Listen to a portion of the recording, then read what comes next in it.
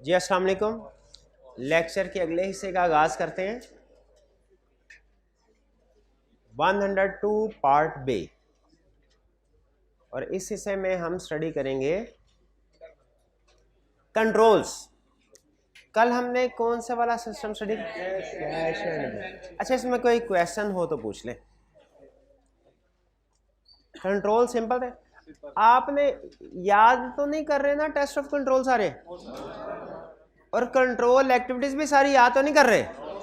हाँ, शुक्र है शुक्र। लेकिन कंट्रोल एक्टिविटीज में कीवर्ड याद कर रहे हैं ना?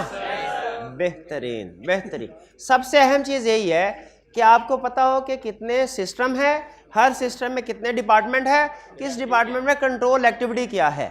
मेन स्किल जो आई कैप को चाहिए ना आपसे वो ये है।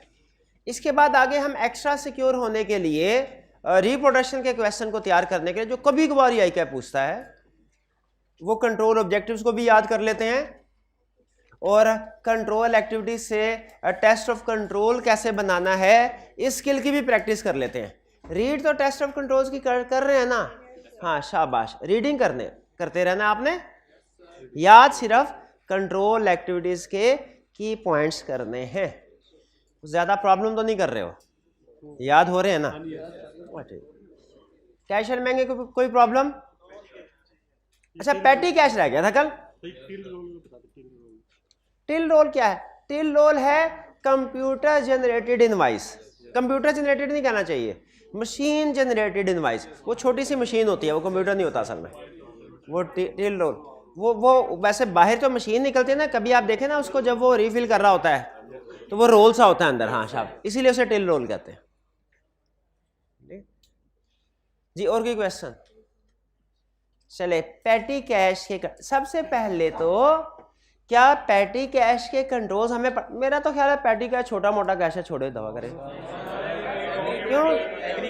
हाँ, ऑडिट का हमारा अहम कंसेप्ट है individually immaterial can become material if aggregated. तो कह रहे हैं कंट्रोल ऑब्जेक्टिव क्या है? अवॉइड करना है कि पैटी कैश चोरी ना हो जाए। छोटा कैश भी तो नहीं ना चोरी होना चाहिए। To ensure that all spending out of petty cash is properly authorised. Petty cash में भी जो स्पेंडिंग हो वो अच्छा, पैटी कैश की ऑथोराइजेशन में और मेन कैश की ऑथोराइजेशन में थोड़ा सा फर्क है। मेन कैश में हर ट्रांजैक्शन से पहले हजारों लाखों में होती है ना ऑथोराइजेशन होती है, और उसके हर ट्रांजैक्शन के साथ उसकी स्पोर्टिंग जरूर लगती है। ये मेन कैश की बात कर रहा हूँ। पैटी कैश में प्रॉब्लम ये होती है कि छोटा छोटा कैश, कोई मेहमान आ गया उसके लिए चाय मंगवा ले, कोई सफाई करवाने के लिए बाहर से कोई गुजरा था, उसे कहा सफाई कर दे भाई, ये 50 रुपये दे दिए, अखबार मंगवा लिया कोई, ठीक है। इस तरह के छोटे मोटे खर्चे ये है पैटी कैश। इनमें एक तो हर एक्सपेंस से पहले ऑथोराइजेशन पॉसिबल नहीं है, तो इसमें ऑलरेडी ऑथोराइज कर दिया जाता है, जनरल ऑथोराइजेशन दे दिया कि भाई ये आपको 10 हमारा एक महीने का तकरीबन खर्चा कितना है पैटी कैश का?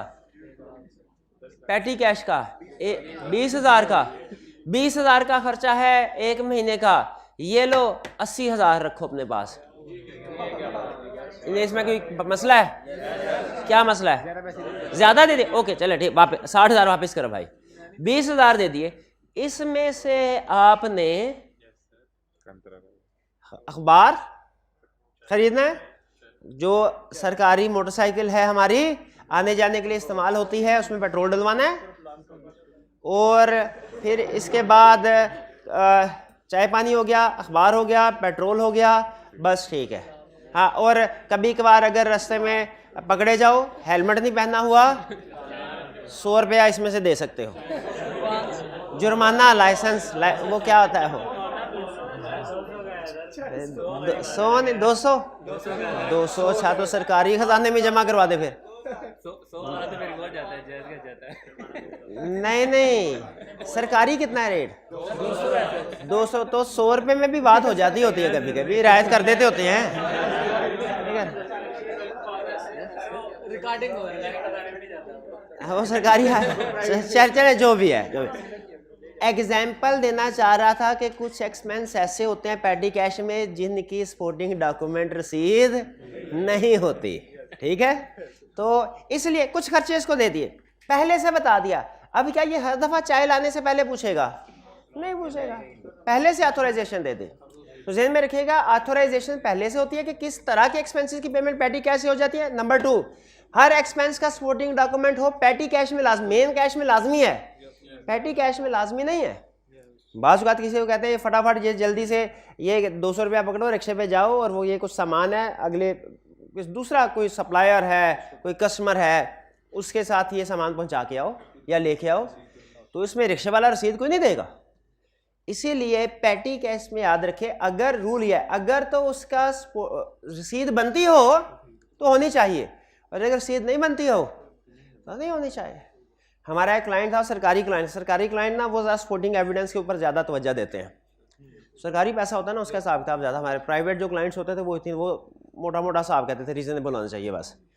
तो उसमें वो कुछ जॉब की नेचर भी इस तरह की थी कि दूर दराज के इलाकों में जाना पड़ता था, तो बाज़ वो टांगे पे सफ़र करना पड़ता था, बाज़ चिंगजी के ऊपर। तो वापस आते हैं ना, तो हमारे सीनियर कहते थे इनवाइस, हम कहते हैं सर जी किधर इधर कोई सपोर्टिंग इनवाइस नहीं। कुछ एक्सपेंसेस के होते वहाँ पे होटल वगैरह में स्टे करते थे, उसकी इनवाइस बन जाती थी, लेकिन कुछ एक्सपेंसेस की इनवाइस नहीं, जिसकी नहीं होती वो सिर्फ रीजनेबलनेस देखना होता है। तो यहाँ पे ये कह रहा है कि प्रॉपरली ऑथोराइजेशन होनी चाहिए, लेकिन ऑथोराइजेशन हर एक्सपेंस के नाम से पहले से होगी।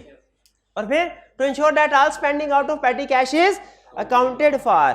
अच्छा, ये अकाउंटेड फॉर भी होने चाहिए, लेकिन इसमें वो कैश वाला या पेमेंट वाला रूल नहीं है, सैलरीज वाला। सैलरीज में आपको पता था क्या कहता था? स्ट्रिक्ट डेडलाइंस होनी चाहिए रिकॉर्डिंग के लिए, यानी जब आपने सैलरी उसी दिन रिकॉर्ड कर लो।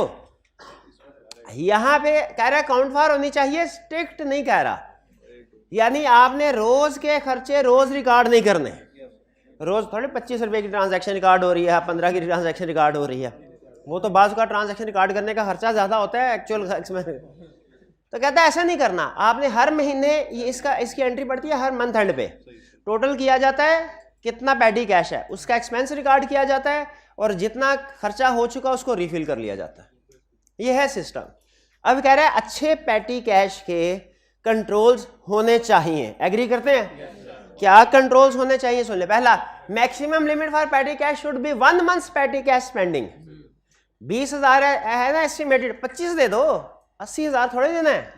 उसका मूड नहीं भी बनना फिर भी बन जाएगा, 80,000 इतने पैसे देख के हो जाता है, कोई बड़ी बात नहीं। Petty cash should be kept in a heavy locked box in secured place. वो चाचा जी को जो 20 ने क्या कर ले, जेब में रख ले चाचा जी, जो हमारे पैटी कैशियर है जेब में रख ले 20,000, उनका पर्सनल और ऑफिशियल मिक्स हो जाए। वो सेग्रीगेशन ड्यूटीज किधर गई? चले हैवी लॉक्ड बॉक्स, या 20,000 को इजी ले रहे हैं आप? नहीं, आप हॉस्टल में जो स्टे करते हैं, घर से पैसे आते हैं 15, किधर रखते हैं? है वो जेब में रखते हैं। चल मुझे नहीं बताना, चले कोई बात नहीं।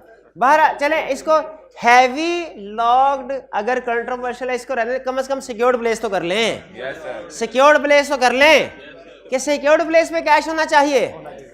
अगर उसने कहा दराज में रखा हुआ है और दराज में लॉक भी नहीं है, लॉक तो लगा लें।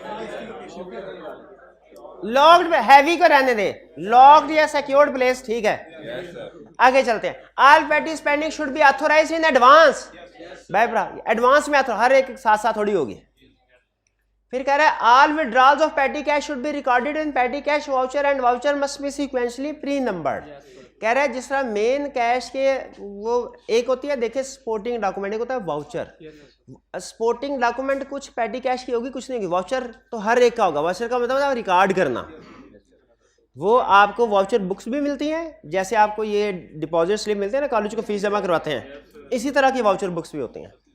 आप हर पेज के ऊपर लैदा, ये छोटा सा सफ़ा होता है, ये 25 का खर्चा हुआ, ये 75 का हुआ, अब तो खैर 100, 150, 200, 400, 500, 700 इस तरह खर्चे होंगे। वो नोट करते जाते हैं और मंथ एंड के ऊपर रिकॉर्डिंग होता है। वाउचर हर एक्सपेंस, वाउचर का मतलब रिकॉर्डिंग, रिकॉर्डिंग हर एक्सपेंस की होगी। स्पोर्टिंग डॉक्यूमेंट्स अगर है तो वाउचर के साथ अटैच कर दो, नहीं तो ना करो। ये वाउचर में और स्पोर्टिंग एविडेंस में फ़र्क समझ आ रही है? ठीक है। स्पोर्टिंग एविडेंस एक्सटर्नल डॉक्यूमेंट होती है जो कि साबित कर रही होती है आपका एक्सपेंस जेन्युइन आपने खर्च किया है, और वाउचर आपकी इंटरनल डॉक्यूमेंट होती है जिसमें आप रिकॉर्ड करते हैं कि क्या क्या छोटी डायरी कह लें बिल्कुल। फिर receipt should be provided for पेटी कैश स्पेंडिंग। रिसीट्स का मतलब रसीदें हैं, रिसीट का मतलब कैश रिसीट नहीं है, रिसीट्स कह लें या सपोर्टिंग डॉक्यूमेंट्स कह लें कि अगर पॉसिबल हो तो दो, अगर नहीं पॉसिबल तो नहीं। जाहिर है हर एक्सपेंस का हर छोटे एक्सपेंस की रसीद तो नहीं होती। There should be occasional checks of petty cash by a senior person. हाँ 10-12 दिन गुजर जाएं तो ये चाचा जी क्या हाल चाल है, 20,000 दिए थे आपको मंथ के स्टार्ट में, कितना को खर्चा हो गया आपके ख्याल में? 15,000 लग भी गया है, 12 तारीख है और 15,000 लग भी गया है। ये जरा रसीद तो दिखाएं, 15,000 की एंट्री की है और बाकी 5,000 ही है, जरा चेक करवाएं। अगर ये कहे चेक करवाएं, इनको माइंड कर जाना चाहिए, ऐसे ही है। अगर माइंड कर जाए तो इनको नौकरी से जवाब दे दें, क्योंकि कंट्रोल है भाई, कंट्रोल है। सरप्राइज चेक होते रहना चाहिए कि जिसके पास पेटी कैश है वो इससे पर्सनल खर्चे ना कर रहा हो, सिगरेट ना पी रहा हो। और बाजू का जो इस तबीयत के, हाँ चले छोड़े, नहीं वो पर्सनल और ऑफिशियल मिक्स हो जाता है, मैं ये बताना चाह रहा हूँ। बाजू का तो पता नहीं चलता। अब केस स्टडी बताएगी हमें सिस्टम समझ आया कि नहीं। Question 11, discuss any 4 audit procedures for messrs Farooq enterprise for the test of control of cash. Audit procedure बताने हैं भाई, कौन से ऑडिट प्रोसीजर? वो तो 3 तरह के होते हैं, रिस्क असेसमेंट, सब्सटेंटिव। आगे कह रहा है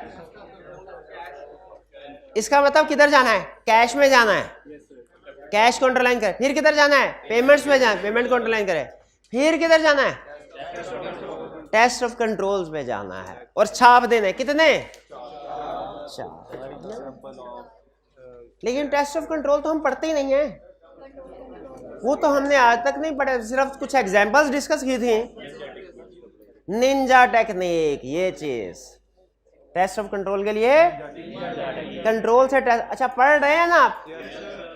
इस निंजा टेक्निक को प्रैक्टिस करते रहना है कि कंट्रोल से टेस्ट। 3 तरह के कंट्रोल्स होते हैं, डॉक्यूमेंट है या नहीं है, आईटी बेस। सबसे ज्यादा कौन से टेस्ट? डॉक्यूमेंट वाले। सेलेक्ट ए सैंपल ऑफ ये डॉक्यूमेंट एंड इन, कभी डेट, कभी साइन, कभी कुछ। इसके सोल्यूशन में कैश रिसीट के भी हैं ना? अगर यार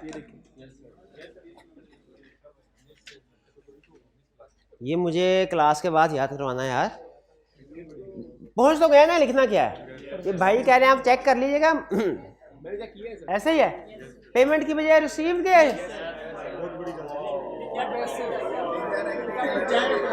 ये निंजा टेक्निक नहीं है,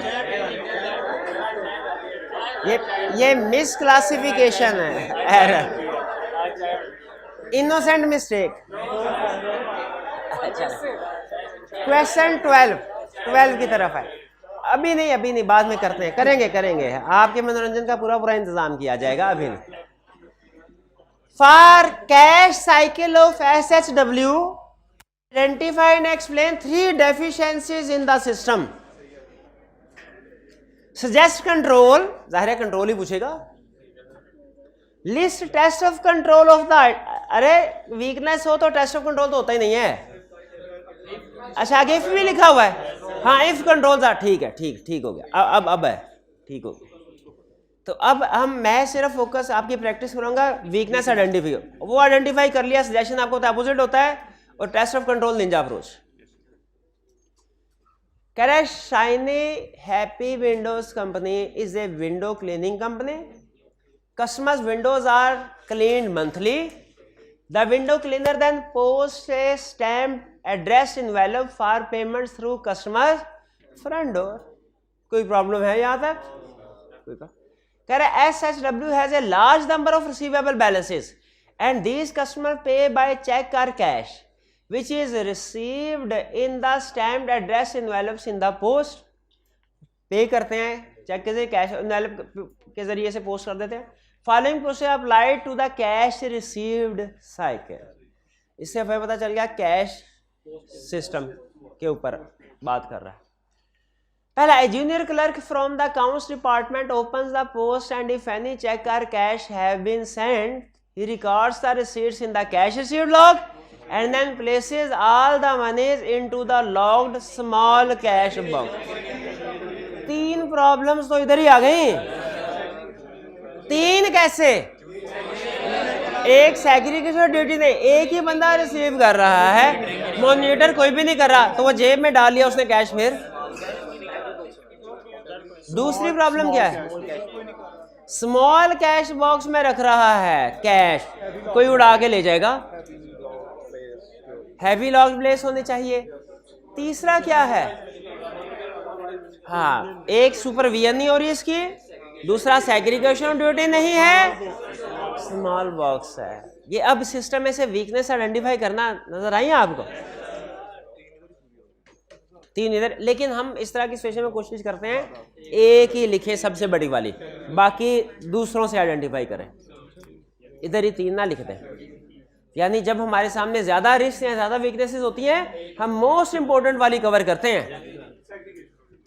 ठीक है, सेग्रीगेशन मॉनिटरिंग प्रोसेस नहीं है बेसिकली। और इसको अच्छा, आप चाहे तो एक लाइन के अंदर तीनों को इकट्ठा भी कर सकते हैं, या कम से कम 2 को इकट्ठा भी कर सकते हैं, ये भी कर सकते हैं, ये ज्यादा बेहतर है। 3 पहले में भी यही बोल रहा है मेरे भाई, यही कलप रहा हूं मैं कि क्या करना है, क्या करना है सिचुएशन में। सारे पढ़ के जो 3 मोस्ट इंपोर्टेंट होगी पूरे क्वेश्चन को सामने रखते हुए वो लिखनी है, और अगर छोटी मोटी हुई तो साथ में अटैच कर देना, कोई मसला नहीं है। जब हम फर्म में होते हैं ना, जब क्लाइंट पे होते हैं ना, क्लाइंट कहता है सर आज क्या मंगवाऊं, KFC, हम कहते हैं वो तो कल खाया था पिज़्ज़ा हट। और जब ऑडिट कंप्लीट हो जाता है, फर्म में बैठे होते हैं, तो नीचे जाते हैं, होटल होता है, होटल वाले के पास जाते हैं, सर क्या लाऊं, हम कहते हैं नान चने भाई, कहते हैं सर सलाद लाऊं साथ, हम कहते हैं जरूरत ही नहीं। और जब चने खत्म हो जाते हैं तो उसे कहते हैं सपली, सपली दे। नहीं करते होते थे प्रैक्टिस सच में, हाँ भी है। तो जब चने की प्लेट के साथ छोटी सपली ऐड कर सकते हैं, तो ये बड़े रिस्क के साथ ही छोटा रिस्क मिला के उसे प्रेजेंट नहीं कर सकते, खुश होगा। सपली मिलती है, खुश होते हैं कि नहीं? तो अगर बड़े के साथ छोटा रिस्क नजर आए, उसको अलहदा, वो आपसे कहे अलहदा पैसे दो के, आप कहेंगे ऐसे तो नहीं ना। तो छोटा सा रिस्क उसको अलहदा बड़ा बना के प्रेजेंट करना चाहिए कि बड़े के साथ ही उसको बोनस के तौर पे दे दें, बोनस दे दें। तो इधर ही 3 फिट नहीं करते नहीं, अगला क्वेश्चन भी तो है भाई। The contents of cash box are counted each day and every few days these sums are bank. Few day तो 2-4 दिन तो अच्छा है, 4-5 लाख हो जाए फिर जमा, उससे पहले वारदात भी हो जाएगी। 4 लाख 5 होगा ना उधर, डेली का डेली, आज का काम कल पर ना छोड़ो। By which every member of the finance team is available, bank to by which ever, जो भी एक ही, जो एक ईमानदार हो, ईमानदार हो, हाँ जी, हर एक को नहीं भिजवा देना, ठीक है। बहरहाल इसमें ये जो है ना कि ईमानदार बंदा हो, एक बंदा हो, ये सप्ली है, छोटा रिस्क है। बड़ा रिस्क में क्या है? डेली बेस पे डिपॉजिट होना चाहिए। Third, usually on A monthly basis the cashier perform bank reconciliation. बिल्कुल अच्छा करता है, लेकिन यूजुअली से थोड़ा मैं कंफ्यूज हो गया हूं, ऑलवेज नहीं कह रहा। आगे देखते हैं पूरा। Which he then files. If he misses a month, then he catches this up in the following month's reconciliation. Misses a month ना उधर है, ठीक है, गलत हो रहा है ना, ठीक है। घर वालों के पूछा कैसे चल रहे हैं लेक्चर, ये फर्ज कीजिए ऑनलाइन पढ़ा, मैं हर रोज का रोज लेक्चर ले रहा हूँ। हाँ, अगर कभी मिस हो जाए तो अगले आने वाले दिनों में लेक्चर ले लेता हूँ। इसका मतलब है कुछ ना कुछ पेंडिंग लेक्चर्स इसके होंगे, चल रहे हैं कि नहीं, तो रोज का रोज लेक्चर लेना चाहिए, ठीक है। उसी तरह हर महीने बैंक रिकंसिलिएशन स्टेटमेंट, मिसिस वाला चक्कर ही कोई नहीं है, कोई मिस नहीं करना मंथ, क्लियर? चले, अच्छा यहाँ पे एक हिडन सी एडजस्टमेंट भी है वीकनेस, कि उसको कोई सुपरवाइज नहीं कर रहा। अगर कोई सुपरवाइज मॉनिटर कर रहा होता तो वो उसी वक्त उसको डिटेक्ट कर लेता, लेकिन ये छोटा सा रिस्क है, ये चाहे तो लिखे ऐड करे चाहे ना करे, बड़ा रिस्क हमने आइडेंटिफाई कर लिया। क्लियर जी? चलिए ये थे हमारे क्या है। अब इन्वेंट्री, अच्छा सुन लें, अच्छा इजी करते हैं, मुझे कोई जल्दी नहीं है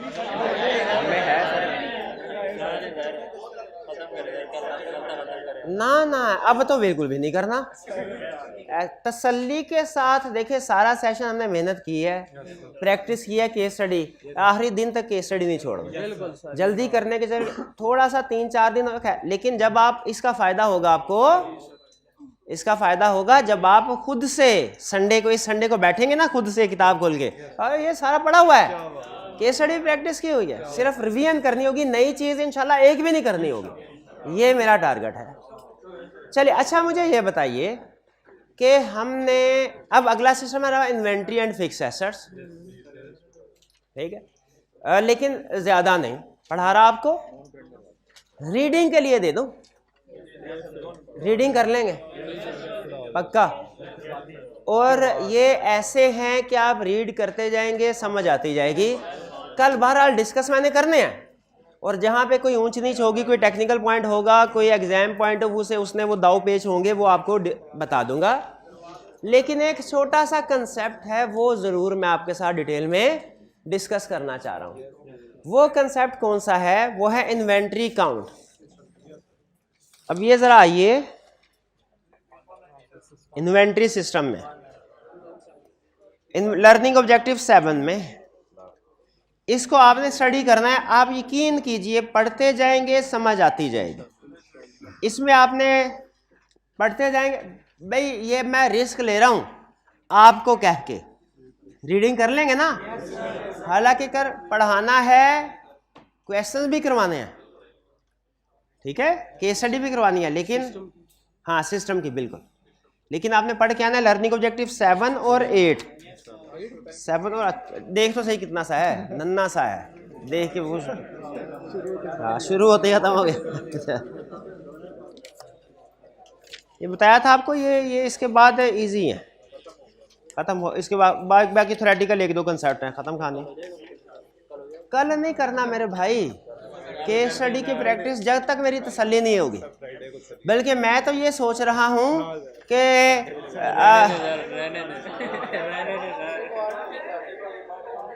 भाई अच्छा अगर कोई पिछले सेशन में केस स्टडी मैंने रिकॉर्ड करवाई थी और वो इस दफ़ा क्लास में नहीं हुई, शेयर कर दूं कि ना कर? चले सब की नहीं, ये चैप्टर 12 की कर देते हैं, इंटरनल कंट्रोल वाली कर देते हैं, बोनस की है आपके लिए। अच्छा कितने घंटे के? 1 घंटा या 1.25 घंटा या 1.5 घंटा? आधा घंटा? 1 घंटा? चले ठीक है। ये किसकी थी बुक भाई? अच्छा आप सुन ले, इन्वेंट्री सिस्टम में मैं आपको सिर्फ एक चीज सिखाना चाह रहा हूं, स्टॉक काउंट कैसे करते हैं। स्टॉक, हाँ बिल्कुल दुरूद शरीफ पढ़ के, शाबाश, बेहतरीन बेहतरीन। इन्वेंट्री काउंट इंस्ट्रक्शन, अल्लाह वालों को चाहे से क्या करें, ऐसे है। इन्वेंट्री काउंट इंस्ट्रक्शंस, खैर ये क्या सिखा रहा है, ये बहुत अहम है।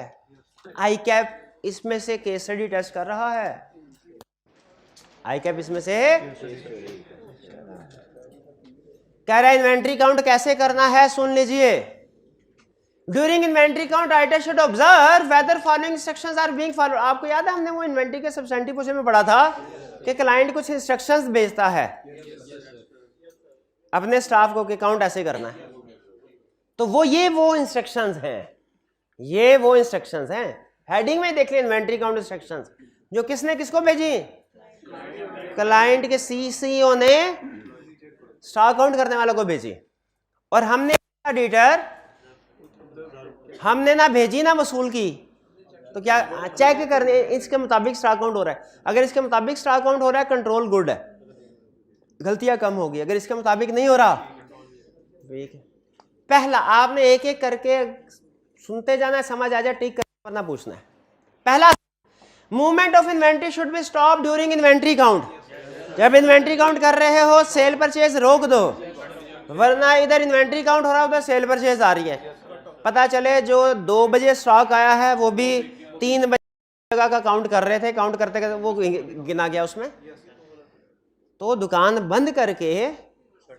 इसलिए आप देखेंगे अक्सर बिजनेस, बड़े बड़े बिजनेस, खासतौर पे जो रिटेलर्स वगैरह होते हैं, ये कैश एंड कैरी टाइप जो डिपार्टमेंटल स्टोर होते हैं, ये ईयर एंड पे कुछ देर के लिए बाज़ बिजनेस को बंद कर देते हैं, ट्रांजैक्शन कुछ दिनों के लिए नहीं, कुछ वक्त के लिए, क्योंकि ज़ाहिर है बिजनेस भी तो साथ चलाना है। लेकिन कुछ जगहों पे 1 से 2 दिन के लिए भी बंद किए जाते हैं ट्रांजैक्शन, वो डिपेंड करता है। तो बेसिक कंसेप्ट से एग्री करते हैं, मूवमेंट स्टॉप होनी चाहिए। दूसरा टिक लगा दे फिर, inventory counting sheet should B. Inventory counting sheet क्या है? क्लाइंट क्या करता है, प्रिंट निकालता है स्टॉक का कि हमारे पास क्लोजिंग स्टॉक में कितनी कितनी चीज़ें मौजूद हैं। उसमें लिस्ट होती है, उसके आगे क्वांटिटी होती है और उसके आगे अमाउंट्स होती हैं नॉर्मली। हालांकि कुछ चीज़ें होनी चाहिए जैसे इन्वेंट्री की डिस्क्रिप्शन, कुछ चीज़ें नहीं होनी चाहिए। वो कौन सी चीज़ नहीं होनी चाहिए वो मैं भी थोड़ी देर में आप डिस्कस करता हूँ। पहला, इन्वेंट्री काउंटिंग शीट पता चल गया। क्लाइंट, हमने कहा कितनी इन्वेंट्री है, उसने कहा सर ये 6 सफ़े हैं, ये हमारी सारी इन्वेंट्री की लिस्ट है। ठीक है, एक क्लाइंट था उसमें 55 सफ़ों की इन्वेंट्री लिस्ट थी, वो स्टॉक काउंट मुझे करना पड़ा, छोटी छोटी चीज़ें थी और था भी जूनियर, मैंने सारी कर ली। जूनियर को पता नहीं चलता ना, शौक होता है काम सीखने का तो वो सारी काउंट कर। बहरहाल, तो इन्वेंट्री काउंटिंग शीट्स 6 शीट्स हमने देखना है प्री नंबर्ड हो, ताकि पता चल जाए, दरमियान में ये ना हो कोई पेज नंबर 4 गिर जाए हमें पता ही ना हो। हम ये 5 सफ़े लेके ऑफिस चले जाएं, बाद में देखें यार इसका टोटल जो बैलेंस शीट के टोटल से तो मैच करता ही नहीं है, क्लाइंट ने इन्वेंट्री ओवरस्टेट की हुई है, ये तो फ्रॉड पकड़ लिया, फ्रॉड, बाद में पता चला पेज गिरा था। इस तरह की प्रॉब्लम्स होती हैं। तो inventory counting sheet should be pre numbered, ताकि जब कोई गुम हो पता चल जाए। With a description of goods, उसमें गुड्स की डिस्क्रिप्शन हो कि क्या क्या चीज काउंट में शामिल है। But the quantity as per book should not be pre recorded, लेकिन क्वांटिटी स्टॉक शीट पे मेंशन नहीं होनी चाहिए। क्वांटिटी स्टॉक वो तो खुद करेंगे, अगर क्वांटिटी स्टॉक शीट पे मेंशन हुई तो फिर रिस्क है कि ये वही करेंगे, जैसे कंफर्मेशन में अमाउंट लिख के भेज देना तो वो बगैर चेक किए वेरीफाई करके कहता है यही बैलेंस है। तो अगर स्टॉक शीट के ऊपर क्वांटिटी आ रही होगी, इन भाईजान को कहेंगे जाओ वेरीफाई करके उधर ही टिक लगा के कहेंगे सर सब मौजूद है, टिक ऑडिट। तो क्वांटिटी मेंशन नहीं होनी चाहिए। ठीक है, 2 ऑप्शन दे रहा हूं, बताना है कौन सी बेहतर है। ए भाई, पहली ऑप्शन, भाई साथ वाली क्लास में चेक करके आओ कि क्या 100 चेयर्स मौजूद हैं। दूसरी ऑप्शन, भाई साथ वाली क्लास से चेक करके आओ कितनी चेयर्स मौजूद हैं। ये इसमें वो टिकू नहीं कर सकता, तो क्वांटिटी स्टॉक शीट पे मेंशन नहीं है। Third, count team should be independent of warehouse department and should be sufficiently experienced and permanent employ of company. Independent क्यों होने चाहिए भाई? वेयर हाउस वाला है, खुद ही अगर वो चोरी करके बेच रहा है, उसी को कह दिया स्टॉक काउंट करो, वो कहेगा सब कुछ पूरा है। इंडिपेंडेंट टीम आके चेक करे। और इंडिपेंडेंट टीम के जैसे बाहर दिहाड़ीदार मजदूर होते हैं, जिन्हें फिक्र ही नहीं होगी कि जैसा मर्जी सही गलत काम करे, बाद में किसने पूछना है, हम किधर। बल्कि परमानेंट होने चाहिए, जिन्हें डर हो कि अगर हमने सही स्टॉक काउंट नहीं किया कल को पकड़े जाएंगे। Clear instruction should be given to all teams as to which area of warehouse is to be counted by which team to avoid omission or duplication of counting of team. Stock count होता है पाकिस्तान में 30 जून और 31 दिसंबर में ज़्यादातर। 30 जून इंतहाई गर्मी, 31 दिसंबर इंतहाई सर्दी। तो 30 जून में स्टॉक काउंट करते हैं ना, हर टीम उस एरिया में जाती है जिधर एसी लगा होता है, पता चले उधर का स्टॉक 4 दफ़ा काउंट हो गया, और छत पे जो पड़ा हुआ है गर्मी वाला उधर कोई भी नहीं गया। हो सकता है कि नहीं? तो इसीलिए सर्दी में भी इसी तरह होता है। तो क्या करना चाहिए? टीम को क्लियर इंस्ट्रक्शंस देनी चाहिए। टीम, आपने इधर जाना है, आपने उधर जाना है, आधे बंदे इधर आधे उधर, बाकी मेरे पीछे। ऐसे होता है स्टॉक काउंट। ठीक है, clear instruction to which area, which भाई क्लियर। इसके बाद inventory counting sheet should not be filled using pencils, ताकि 2 नंबरी करनी आसान होती है ना, पेंसिल से इरेज इजीली इरेज किया जा सकता है, इजीली चेंज किया जा सकता है नोटिंग को, इसलिए पेंसिल से, ताकि अगर कोई चेंज हो पता चल जाए। Count sheets are signed by each member, counting हर शीट के ऊपर साइन, ये तो हमने पढ़ा है, डॉक्यूमेंट्स के रूल में भी पढ़ा था, हर पेज के ऊपर साइन होंगे, किस लिए? To determine accountability. कल को पता चलता है ये जिसके साथ फिजिकली वेरीफाइड लिखा हुआ ना, जिस स्टॉक के साथ ये तो मौजूद ही नहीं था, ये किसने लिखा है, फिजिकली वेरीफाई किया मैंने, उसको हाजिर करो, ये स्टॉक मौजूद ही नहीं था, तूने कैसे फिजिकली वेरीफाई कर लिया? साइन होने चाहिए कि नहीं स्टॉक शीट के ऊपर?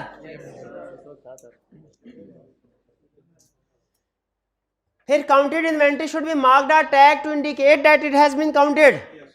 जिस इन्वेंट्री को काउंट करते जाओ, मार्क करते जाओ कि ये स्टॉक काउंट हो गया, ताकि दोबारा ना हो सके। आपको बताया था एक क्लाइंट की एग्जांपल, और डब्बे थे, उसने उसके 10 वेयर हाउसेज पे वही डब्बे, उसे ट्रक रखा हुआ था, उसने एक लोकेशन पे आइटम चेक करता था, उसे कहता था सर आप अब होटल में स्टे करें, सुबह आपको अगली विजिट करवाएंगे, वो दूसरे शहर में है, रातों रात ट्रक वो लोड करवा के उधर पहुंचा देते थे। ट्रांसपोर्टेशन कॉस्ट इनकर हुई थोड़ी सी, लेकिन बैलेंस शीट में इन्वेंट्री 10 गुना बढ़ गई, और राइटर हर दफा वही चेक करता रहा। क्या प्रॉब्लम थी? टिक नहीं किए, परमानेंट मार्क का साथ रखे, हल्का सा टिक करते रहे साथ। काउंटेड, ये है मार्क्ड एंड टैग्ड का मतलब। लास्ट इन्वेंट्री डैमेज यार, ये तो वेरी इंपॉर्टेंट, ये तो क्वेश्चन में मेंशन ना भी करेगा ना कि डैमेज या जो थर्ड पार्टी के बिहाफ पे इन्वेंट्री है उसको सेपरेटली आइडेंटिफाई किया जाए, ताकि बाद में उसको एनआरबी में रिगार्ड करना है। क्लियर? स्टॉक काउंट करना आ गया? स्टॉक काउंट के सवाल दो तो कर लेंगे, चलें बस ठीक है। अच्छा, अब ना चूंकि ये मैंने आपको रीडिंग के तौर पे दे दिया है, तो मैं असाइनमेंट को थोड़ा सा चेंज कर रहा हूँ, ताकि आप वो क्वेश्चन ना कर लें, ज़्यादा ना कर लें, ठीक है? थोड़ा तो अभी जो आपको असाइनमेंट दिया ये मैं व्हाट्सएप पे आपके साथ रिवाइज करके शेयर कर दूंगा, क्वेश्चन कौन से प्रैक्टिस करना, ठीक है जी? चलिए आज का लेक्चर यहाँ पे ख़त्म करते हैं हम। अल्लाह हाफिज़।